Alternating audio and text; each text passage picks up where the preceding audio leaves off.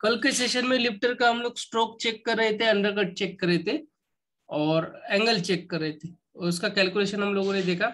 आज के सेशन में हम लोग देखेंगे लिफ्टर को हम लोग मॉडल में कैसे बनाएंगे और उसका रिलेशन कहाँ पे कौन कौन सी प्लेट में रहेगा, लिफ्टर के कौन से टाइप होते हैं, और लिफ्टर को जो भी हम लोग माउंटिंग करते हैं इजेक्टर असेंबली, वहां पे कौन कौन से और क्या टाइप के यूनिट लगते हैं, ये सब हम लोग आज की वीडियो में देखेंगे, आज के लेसन में देखेंगे, लाइव सेशन में। तो ये वीडियो में प्ले कर रहा हूँ, इसको एक बार थोड़ा नोट कीजिए, फिर मैं इसको एक्सप्लेन कर देता हूँ। यहाँ पे देखिए लिफ्टर कंपोनेंट को पूरा टच है ऊपर वाली साइड से, और ये अभी एंगल में वर्किंग हो रहा है। इजेक्टर असेंबली जैसे ही आगे आ रहा है, लिफ्टर एंगल में वर्किंग हो रहा है, ये एंगल में मूव हो रहा है इजेक्टर असेंबली के फोर्स से, और इसमें कुछ यूनिट लगाया है। ये पर कौन सा, ये पर जामुन वाला कलर है, पर्पल कलर। तो वो यूनिट एक हाउसिंग में लगा है और यहाँ पे एक स्लॉट बना है, तो ये स्लॉट भी एंगल में है और लिफ्टर भी एंगल में है। तो यहाँ पे इस कंपोनेंट में यहाँ पे कोई भी गैप नहीं है, आपको ये नोट करना कि इधर कुछ गैप नहीं है, और जैसे ही पूरा ट्रैवल कर लेता है तो वहां पे कुछ गैप फॉर्म हो जाती है, वो हम लोग देखेंगे। तो देखिए यहाँ पे जैसे जैसे लिफ्टर ऊपर जा रहा है, वो यूनिट लिफ्टर को नीचे लेके आ रहा है, और ऊपर कंपोनेंट में यहाँ पे आप नोट करो, यहाँ पे गैप कितनी ज्यादा हो गई अभी यहाँ पे। तो ये जो डिफरेंस है, ये लिफ्टर क्या हो रहा है, धीरे धीरे धीरे धीरे नीचे आ रहा है। कितना नीचे आ रहा है, जितना कि यहाँ पे एंगल में नीचे उसके बॉटम में स्लाइड हो रहा है। तो ये जो यूनिट है, इसको हम लोग पर्पल कलर में जो दिख रहा है ना, उसको बोलते हैं कुक्कू यूनिट। कुक्कू कुक्कू बोलते हैं ना, के यू, या तो CU, या तो KU, कुक्कू, कुक्कू यूनिट बोला जाता है। अभी कुक्कू क्या है, ये जापानीज वर्ड है कुक्कू करके, और उसके लिए उसको कुक्कू यूनिट बोला जाता है। हम लोग उसका 3D कैसा रहता है वो भी देखेंगे, डिजाइन कैसा रहता है वो भी देखेंगे आज। और उसके बाहर जो लगा है वो उसका हाउसिंग है, फ्रेम बोल सकते हैं उसको। उस हाउसिंग में वो यूनिट फिट किया है, और वो स्लाइड होके नीचे आ रहा है। तो इधर लिफ्टर का मूवमेंट कितना हो रहा है, दो हो रहा है। ये तो एक तो सीधा जो ऊपर जा रहा है एंगल में, दूसरा जैसे जैसे ऊपर जा रहा है उसी टाइम पे बॉटम में भी वो नीचे स्लाइड हो रहा है एंगल में। तो यहाँ पे कंपोनेंट के पास से क्या है, गैप जनरेट कर रहे हैं।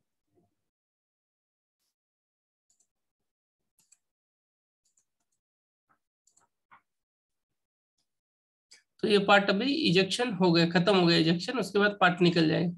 फिर लिफ्टर असेंबली पीछे जाएगा, जगह पे बैठेगा,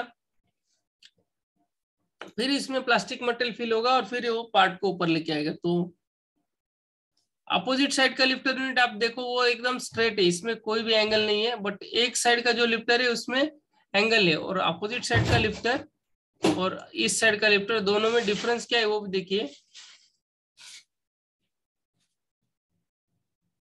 लिफ्टर दोनों पीछे आ रहे हैं, लेकिन इसका जो रिलेशन है ना,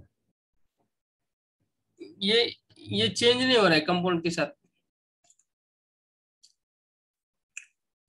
इस साइड वाला लिफ्टर जो है नीचे, नीचे नीचे इसका जो नेक है, यहाँ पे मेरा जो कर्सर है ना वहां पे, इसका और कंपाउंड का रिलेशन बिल्कुल नहीं बदल रहा। वेर एज हम लोग फर्स्ट जो लिफ्टर है इसका देखेंगे तो ये थोड़ा धीरे धीरे नीचे आ रहा है। तो इसमें दो जगह पे स्लाइडिंग है, दो जगह पे भी मूवमेंट कर रहे हैं।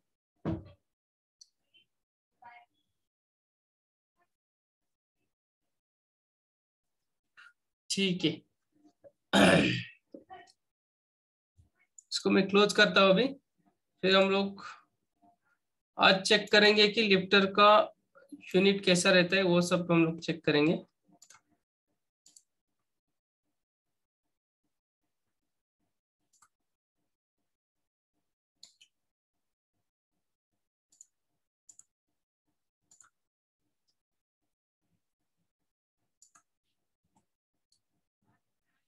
और जो मोल्ड डिजाइन हम लोग बना रहे हैं उसमें हमारे पास लिफ्टर को बनाने के लिए दो स्पेस है जहाँ पे हम लोग वो बना सकते हैं। दो विंडो एक कंपोनेंट में, उसको हम लोग बनाएंगे, लिफ्टर डिजाइन करेंगे उसके लिए आज।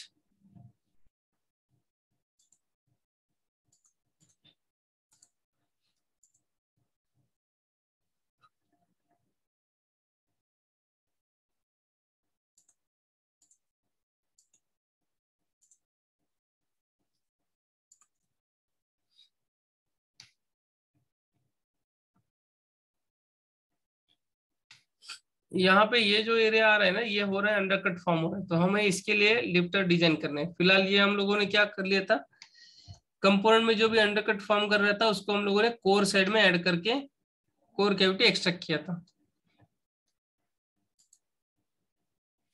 ओके, अभी तक हम लोगों ने एक फेज मिस किया है इसका, जो है मैंने बता दिया, टास्क दिया था आपको कि आप मोल्ड बेस्ड डिजाइन करो करके। तो इसमें मैंने टॉप प्लेट बना के दिखाया था, और बाकी के प्लेट मैंने बताया था कि आप लोग डिजाइन करो, आपके पास मोल्ड बेस रेडी करो। तो अभी इसमें दो तीन प्लेट लगाने की बाकी है, वो भी लगा देंगे।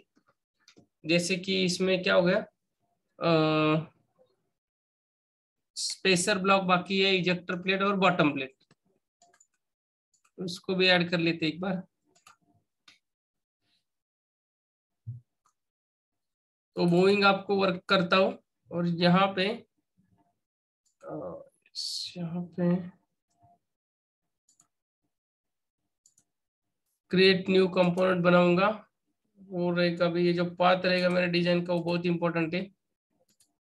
मुझे सबसे पहले ढूंढना पड़ेगा जहां मैं सेव करना चाहता हूँ। सब लोगों को मेरा एनएक्स का स्क्रीन दिख रहा है ना? Yes sir. ओके, तो जस्ट देखिए यहाँ पे मैंने डिजाइन ओपन किया है, और ये मूविंग आप ओपन करके अभी मुझे लिफ्टर का असेंबली बनाना है, लिफ्टर का कंस्ट्रक्शन करना है। उसके पहले मुझे मोल्ड बेस रेडी करना है। ओके, मोल्ड बेस मैंने रेडी किया नहीं था, ये होम टास्क होमवर्क दिया था आपको, और मेरे डिजाइन में बाकी था करके। तो मैं अभी वो दो तीन प्लेट ऐड कर लेता हूँ, इसको वर्क पार्ट करके असेंबली में कंपोनेंट में जाके क्रिएट न्यू कंपोनेंट बनाऊंगा। और फिर यहाँ पे ये जो पाथ है ये इसको चेंज करना बहुत ही जरूरी है। तो यहाँ पे मैं स्पेसर्स स्पेसर ऐड कर लूंगा,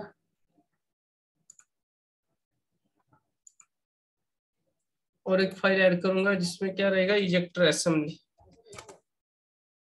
इजेक्टर प्लेट, या तो इजेक्टर रिटेनर प्लेट भी बोल सकते हो आप। और फिर इजेक्टर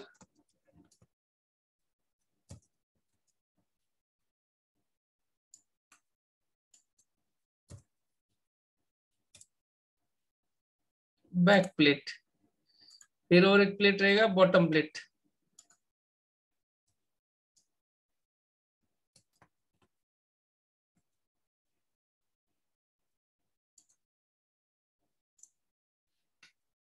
तो अभी यहाँ पे स्पेसर बनाने हैं, और मेरे पास यहाँ पे स्पेसर में मैं एक रेफरेंस ले लेता हूँ, मेरे पास रेफरेंस नहीं है, या तो मैं इसमें डायरेक्टली बना भी सकता हूँ, जरूरी नहीं कि मैं रेफरेंस लेके बनाऊँ। यहाँ पे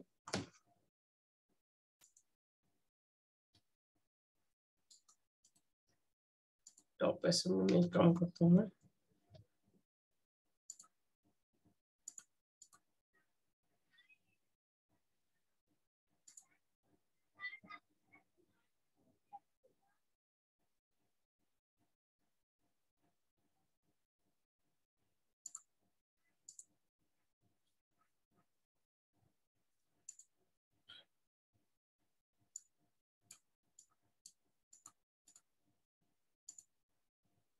स्पेसर कितना विड्थ में कितना बड़ा लेना है और कितना छोटा लेना है, उसके लिए आपको सबसे पहले कंपोनेंट का एरिया समझना पड़ेगा, और उसके हिसाब से, जैसे कि मैं यहाँ पे भी प्लेस कर रहा हूँ, ठीक है।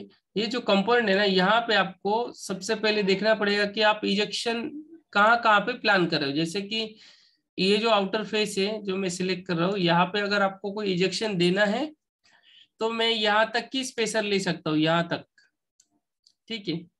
और अगर यहाँ पे इजेक्शन नहीं आ रहा है तो मैं थोड़ा सा आगे भी आ सकता हूँ, जैसे कि यहाँ तक। तो सबसे पहले इजेक्शन हमें चेक करना है कि कहाँ पे हम लोग इजेक्शन देने वाले हैं। अगर इजेक्शन हम लोग कंपाउंड के एक्सट्रीम एज तक दे रहे हैं, बाहर वाली एज तक दे रहे हैं, तो हमें ये जो स्पेसर है इसका जो विड्थ रहेगा, राइजिंग ब्लॉक भी बोल सकते हैं इसको, विड्थ रहेगा, ये हम लोग यहाँ तक ही लेंगे। अगर हमारे पास पॉसिबिलिटी है कि यहाँ तक इजेक्टर पिन नहीं देने का है तो हम लोग इसको बढ़ा सकते हैं, ऐसा ले सकते हैं। तो सबसे पहले आपको माइंड में रखना है कि मुझे इजेक्टर पिन कहाँ तक देनी है, उसके हिसाब से मैं स्पेसर का विड्थ डिफाइन करूंगा। ये हो गया उसके पीछे का लॉजिक नंबर 1। दूसरा है, आपको अगर यहाँ तक इजेक्शन नहीं देना है, यहाँ तक in the sense extreme edge of components, तो आप इसको स्पेसर को अंदर ले सकते हो। तो अंदर लेने के बाद क्या होगा, इजेक्टर का जो असेंबली रहेगा ये ऐसा छोटा बनेगा, दूसरी साइड से और एक स्पेसर आएगा और फिर ये छोटा बनेगा। तो अगर छोटा इजेक्टर असेंबली तो आप स्पेसर बढ़ा सकते हो। ज्यादा स्पेसर ब्लॉक का विड्थ बढ़ाओगे तो क्या हो जाएगा, इस मोल्ड को पीछे से सपोर्ट मिल जाएगा, बूस्टिंग अच्छा रहेगा, इसको सपोर्ट मिल जाएगा, बूस्ट हो जाएगा, इसका स्ट्रेंथ बूस्ट हो जाएगा। तो ज्यादा देना ऑलवेज अच्छी बात है, बट आपको सबसे पहले देखना है कि आपका कंस्ट्रक्शन कहाँ पे आ रहा है इजेक्टर पिन का। और अगर इसमें लिफ्टर है तो लिफ्टर का एंगल कौन सी डायरेक्शन में, अभी यहाँ पे हमारे लिफ्टर प्लान हो रहे हैं, इसका एंगल इसी डायरेक्शन में रहेगा, कौन सा, ये y माइनस डायरेक्शन में करेगा। इनकेस अगर यहाँ पे कोई लिफ्टर रहता तो इसका जो मोमेंट रहेगा वो यहाँ पे एक्स प्लस वाली डायरेक्शन में रहता, और इस साइड से कोई लिफ्टर रहता तो एक्स माइनस में मोमेंट रहता उसका। तो तभी अगर लिफ्टर की कंडीशन में इस डायरेक्शन में कोई लिफ्टर आ रहा है स्पेसर की साइड में, तो हमें वहां पे देखना है कि वो कहाँ तक कंस्ट्रक्शन आएगा उसका। लिफ्टर अगर यहाँ पे हम लोग प्लान कर रहे हैं और ये यहाँ तक एंगल में कंस्ट्रक्शन आएगा, तो हमें ये जो स्पेसर है ये पीछे रोकना पड़ेगा यहाँ पे। तो मैं यहाँ तक भी नहीं जा सकता, क्योंकि लिफ्टर का जो ये जो रहेगा, लिफ्टर का जो लेग रहेगा वो यहाँ तक आएगा। तो वो सोच के हमें स्पेसर का विड्थ डिफाइन करना है। ये हम लोग जरूरत के हिसाब से कम ज्यादा कर सकते हैं। ठीक है, तो सबसे पहले मैं यहाँ पे एक रेफरेंस रैंडम लेता हूँ इस पॉइंट का, और यहाँ पे एक डिस्टेंस दे देता हूँ। तो बाहर वाली फ्लैंज के ऊपर मेरा कोई पिन नहीं आने वाला, वहां पे कोई कैचिंग है नहीं पॉजिटिव, तो मैं यहाँ तक इसको ले सकता हूँ। इसका विड्थ में लेता हूँ 100 mm, या तो 110 mm भी ले सकते हैं। फिलहाल 100 ही सही रही, 100 ले लेता हूँ मैं।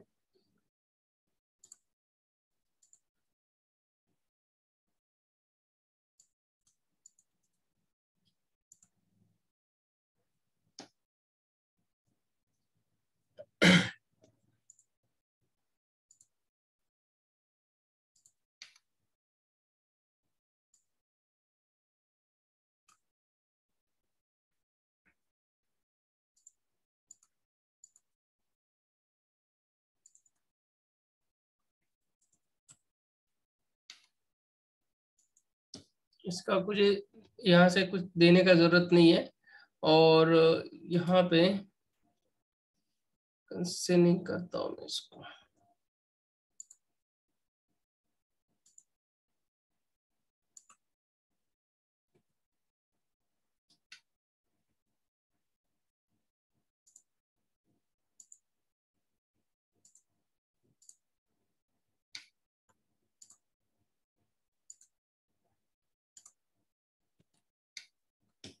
405 है इसका हाइट, तो इसको 405 हम ले लेंगे सबसे पहले।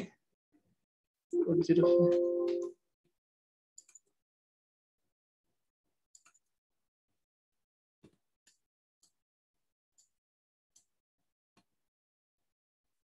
पोजीशन सबसे पहले बनाना है हमें इसका। और ये जो विड्थ है,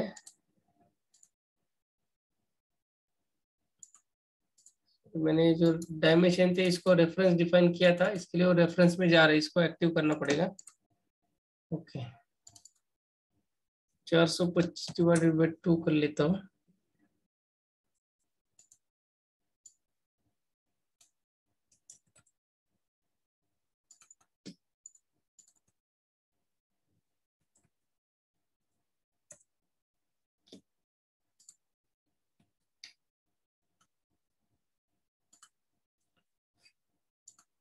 420 है, सॉरी 420, तो ये आएगा 210।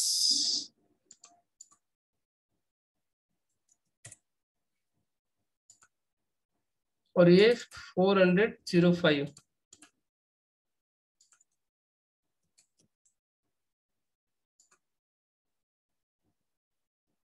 और एक डायमेंशन ऐड करेंगे इसका,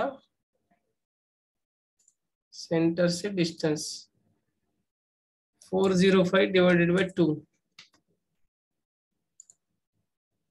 क्योंकि ये मेरा स्पेसर बनेगा।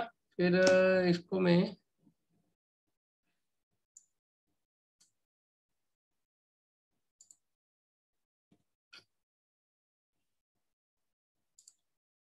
इसको मिरर कर लेता हूँ, यही पॉइंट्स फिर सेम विड्थ रखना है और फिर इसको फिनिश कर देंगे। तो यहाँ पे स्पेसर को हम लोग डिफाइन कर देंगे हाइट देके। तो जैसे कि ये मैं 120 एम हाइट के स्पेसर ले लूंगा यहाँ पे। बाद में इसको आप इसको पोजीशन कर सकते हो, मूव करके ले सकते हो स्पेसर को, जैसे कि ऊपर आ गया। अगर लिंक कोई लेके करेगा तो एग्जैक्ट सेम भी आएगा, जरूरी नहीं कि आप ऐसा ही करो। मॉडलिंग के अनेक टाइप है, आपको जैसे इजी लगता है वैसा आप उसमें डाल सकते हो। 70 में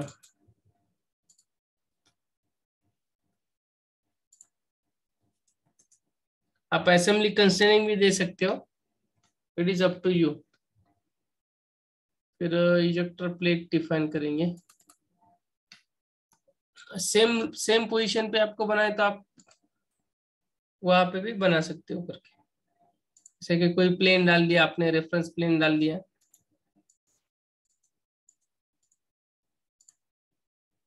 इसी लेवल में बना एक प्लेन बना लेंगे।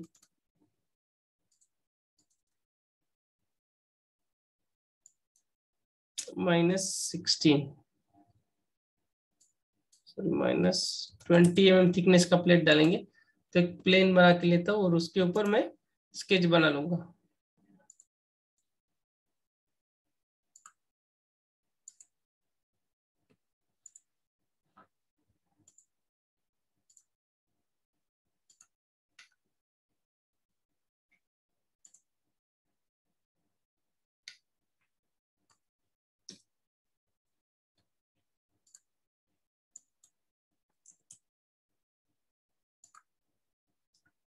इजेक्टर प्लेट स्पेसर के बीच में रहेगी, यहाँ पे हमें मिनिमम 3 से 5 mm का गैप बनाना है। ठीक है, तो मैं यहाँ पे 3 mm प्लेस कर देता हूँ, क्योंकि ये जो प्लेट रहेगी हमेशा मूविंग मूविंग रहेगी और वहां पे गैप होना जरूरी है।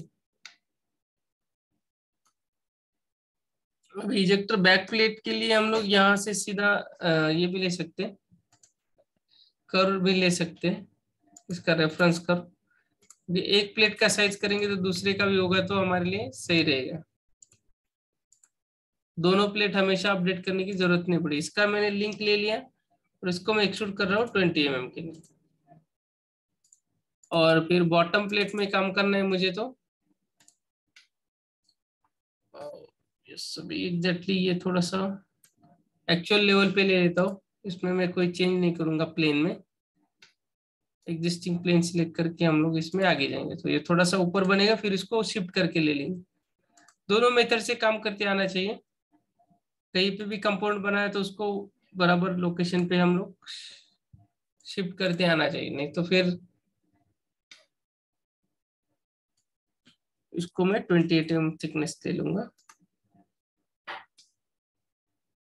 फिर यहाँ पे मुझे कॉलर बनाना है क्लैंपिंग के लिए, तो लगभग 20 से 25 mm हम लोग उसमें क्लैंप के लिए डिस्टेंस छोड़ के रखेंगे पहले से।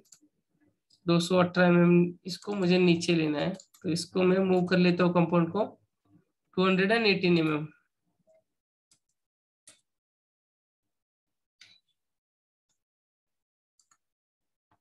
और कुछ ज्यादा ही हो गए,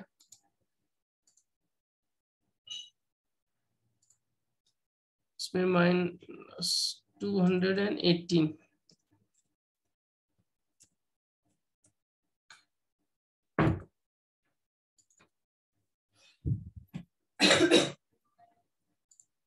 तो यहाँ पे ये टोटल मेरा मोल्ड बेस रेडी हो गया। इसको मॉडल करेंगे, ठीक है। अभी स्पेसर का जो हाइट है, उस हाइट को आपको कैसे डिफाइन करना है ये आपको मैं बता दूं यहाँ पे शॉर्टकट में।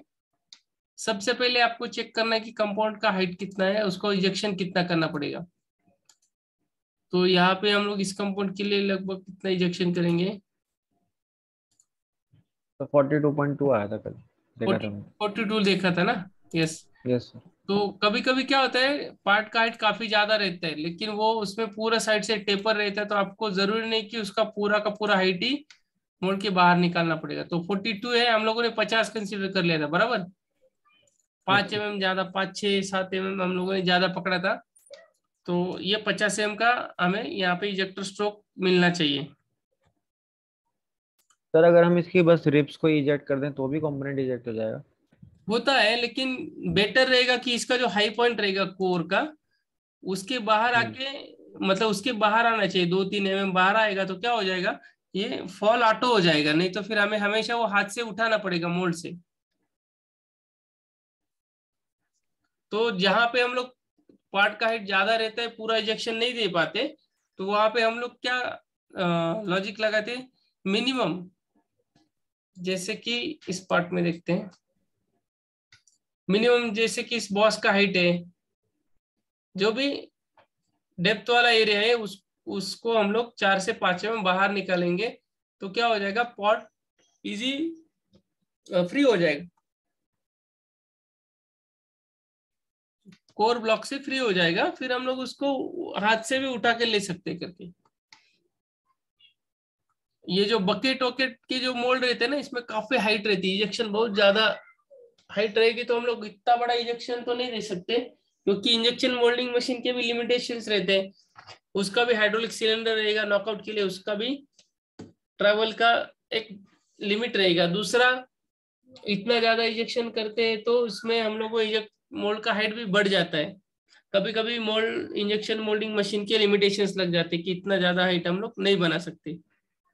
उस कंडीशन में हमें पार्ट को पार्शियली इजेक्ट करना पड़ता है, यानी कि थोड़ा इजेक्ट करना पड़ता है, जितना कि उसके अंडरकट फीचर्स है उसका हाइट रहेगा उतना, ना कि कंप्लीट कंपोनेंट के हाइट की जितना। तो इस कंडीशन में हम लोग कंप्लीट इजेक्ट कर सकते हैं। 50 mm हम लोगों ने ऑलरेडी कंसीडर किया था, 42 mm प्लस 5 mm सेफ्टी, और फिर 2-3 mm और एक्स्ट्रा लिया था। तो 10 mm तक आप ज्यादा ले सकते हो। 10 mm से ज्यादा, बहुत ज्यादा लोगे तो कुछ मतलब ही नहीं बनेगा, उसका कुछ फायदा है नहीं। Minimum 5 mm, maximum 10 mm। तो यहाँ पे ये जो स्ट्रोक रहेगा वो हम लोग कैलकुलेट करेंगे इस जगह पे, कोर का बैक फेस से लेकर इजेक्टर प्लेट का फ्रंट फेस। ये हो गया हमारा इजेक्टर स्ट्रोक। ये प्लेट यहाँ तक हम लोग मूव करेंगे। कभी कभी इस प्लेट के ऊपर कुछ 5 mm या 10 mm हाइट के बटन भी लगाते हैं, जिसको फॉरवर्ड स्टॉपर बोला जाता है। उसके लिए लगाए जाते हैं कि ये जो प्लेट है वो कंप्लीट इस प्लेट के कांटेक्ट में नहीं आना चाहिए। बीच में राउंड बटन लगाएंगे इसको स्क्रू लगा के, तो ये प्लेट आगे जब आएगा तो यहाँ पे कोर बैक बैक कोर का जो बैक फेस रहेगा उसके ऊपर आके रेस्ट होगा, ओनली बटन्स। इसका कंप्लीट जो फेस है मैंने सिलेक्ट किया वो इसके ऊपर जाके रेस्ट नहीं होगा। तो अगर बटन लगाए रहेंगे तो हम लोगों को बटन का हाई पॉइंट चेक करना पड़ेगा। अभी यहाँ पे बटन नहीं है तो सीधा प्लेट का फेस चेक करेंगे, वो है 80 mm। अभी हमारा जरूरत कितना है, 80 का नहीं है, ओनली 50 mm का है, तो हम यहाँ पे 30 mm इसका हाइट घटा देंगे। तो यहाँ पे आप इसको 30 mm कम करो, 90 ले लेते। और फिर बाकी प्लेट जैसे कि सेपरेट सेपरेट मॉडलिंग किया है, किसी का कुछ रिलेशन है नहीं, तो आप इसको मूव करके ले सकते हो।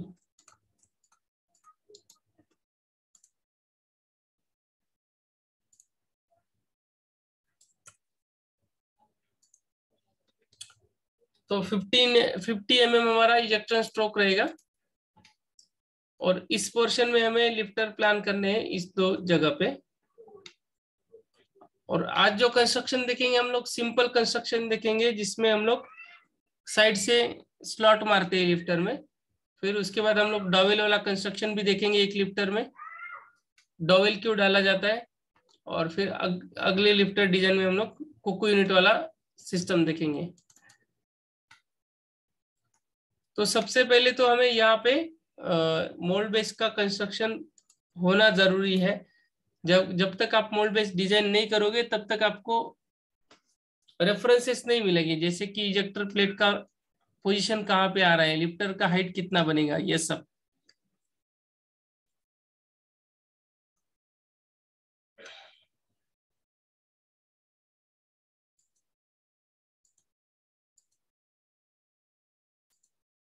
तो यहाँ पे देखिए ये मेरा फिक्स अप हो गया और ये मूविंग अप है।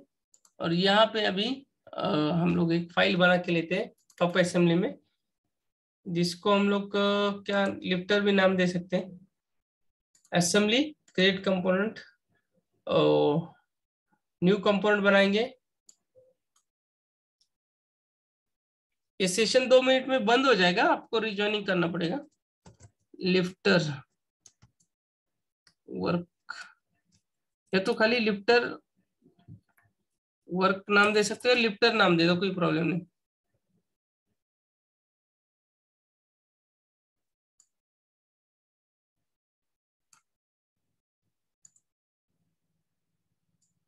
इसको थोड़ा यहाँ पे ऊपर रखूंगा मैं,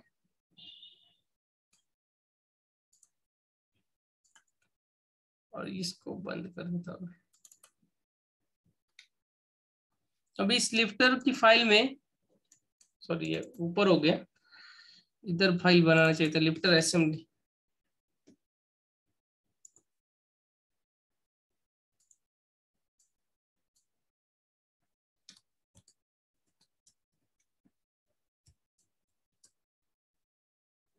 और इस लिफ्टर असेंबली में ये लिफ्टर रहेगा। इस लिफ्टर फाइल को वर्क पार्ट करते हुए मैं यहाँ से असेंबली में जाके वेव लिखकर ज्योमेट्री यूज करूंगा, और कुछ सरफेसेस यहाँ पे लिंक ले लूंगा। यहाँ पे नहीं दिख रहा मेरा टूल बार पे, वेव लिंकर ज्योमेट्री।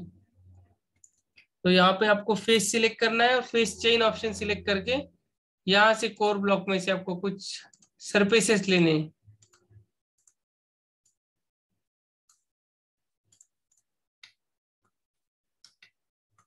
जिसके ऊपर आपको लिफ्टर डिजाइन करना है, वो सरफेसेस आपको कंसीडर करने हैं। सरफेसेस का हम लोग लिंक ले लेंगे। यहाँ पे नंबर ऑफ फेसेस सिलेक्ट हो गई है, या नहीं चलेगा, वापस लेता हूँ।